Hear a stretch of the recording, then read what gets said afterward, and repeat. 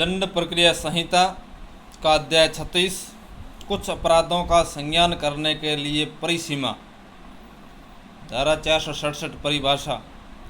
इस अध्याय के प्रयोजनों के लिए जब तक संदर्भ में अन्यथा अपेक्षित न हो, परिसीमा काल से किसी अपराध का संज्ञान करने के लिए धारा 468 में विनिर्दिष्ट अवधि अभिप्रेरित हैं। धारा 468 परिसीमा काल की समाप्ति के पश्चात संज्ञान का वर्जन।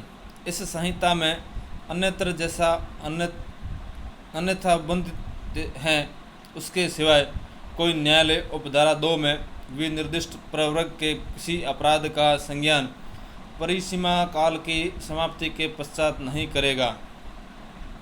परिसीमा काल 6 माह होगा यदि अपराध केवल जुर्माने से दंडनीय है।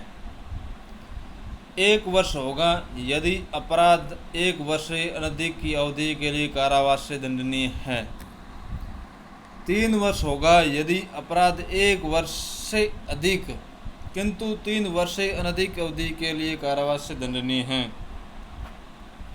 इस धारा के प्रयोजनों के लिए उन उपबंधों के संबंध में जिनका एक साथ विचारण किया जा सकता है, परिसीमा काल उस अपराध में प्रति निर्देश से अवधारित किया जाएगा जो यथास्थिति कठोरतर या कठोरतम दंड से दंडनीय है। धारा 469 परिसीमा काल का प्रारंभ। किसी अपराधी के संबंध में परिसीमा काल अपराध की तारीख को प्रारंभ होगा। जहां अपराध किए जाने की जानकारी अपराध द्वारा व्यथित व्यक्ति को या किसी पुलिस अधिकारी को नहीं है, वहां उस दिन प्रारंभ होगा जिस दिन प्रथम बार ऐसे अपराध की जानकारी ऐसे व्यक्ति या ऐसे पुलिस अधिकारी को होती है। इनमें से जो भी पहले हो या जहां यह ज्ञात नहीं है कि अपराध किसने किया है, वहां उस दिन प्रारंभ होगा जिस दिन प्रथम बार अपराधी का पता अपराध द्वारा व्यथित व्यक्ति को या अपराध का अन्वेषण करने वाले पुलिस अधिकारी को चलता है। इनमें से जो भी पहले हो, उक्त अवधि की संगणना करने में उस दिन को छोड़ दिया जाएगा जिस दिन ऐसी अवधि की संगणना की जानी है। धारा 470 कुछ दशाओं में समय का अपवर्जन। परिसीमा काल की संगणना करने में उस समय का अपवर्जन किया जाएगा जिसके दौरान कोई व्यक्ति चाहे प्रथम बार के न्यायालय में या अपील या पुनरीक्षण न्यायालय में अपराधी के विरुद्ध अन्य अभियोजन सम्यक तत्परता से चला रहा है, परंतु ऐसा अपवर्जन तब तक नहीं किया जाएगा जब तक अभियोजन उन्हीं तथ्यों से संबंधित न हो। ऐसे न्यायालय में सद्भावनापूर्वक न किया गया हो जो आधिकारिकता से दोष या किसी प्रकार के अन्य कारण से उसे ग्रहण करने में असमर्थ हो। जहां किसी अपराध की बाबत अभियोजन का संस्थित किया जाना किसी व्यादेश या आदेश द्वारा रोक दिया गया है, वहां परिसीमा काल की संगणना करने में व्यादेश या आदेश के बने रहने की अवधि को उस दिन को जिसको वह जारी किया गया था या दिया गया था, उस दिन को जिस दिन उसे वापस लिया गया था अपवर्जित किया जाएगा।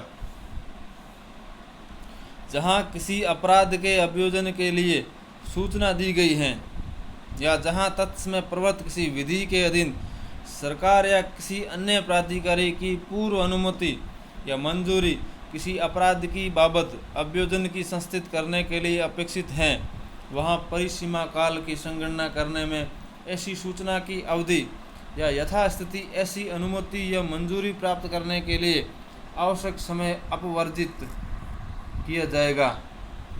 स्पष्टीकरण।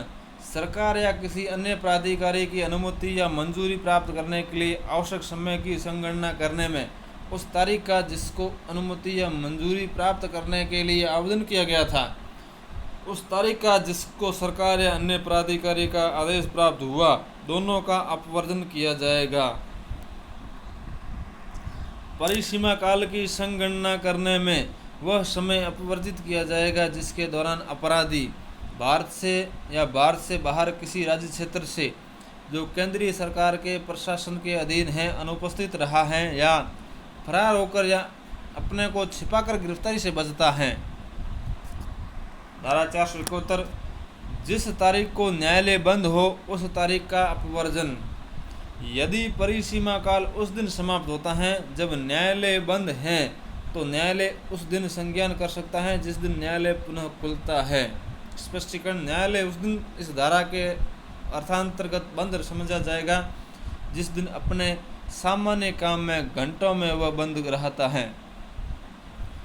धारा 472 चालू रहने वाला अपराध। किसी चालू रहने वाले अपराध की दशा में नया परिसीमा काल उस समय के प्रत्येक क्षण से प्रारंभ होगा जिसके दौरान अपराध चालू रहता है। 473 कुछ दशाओं में परिसीमा काल का विस्तारण।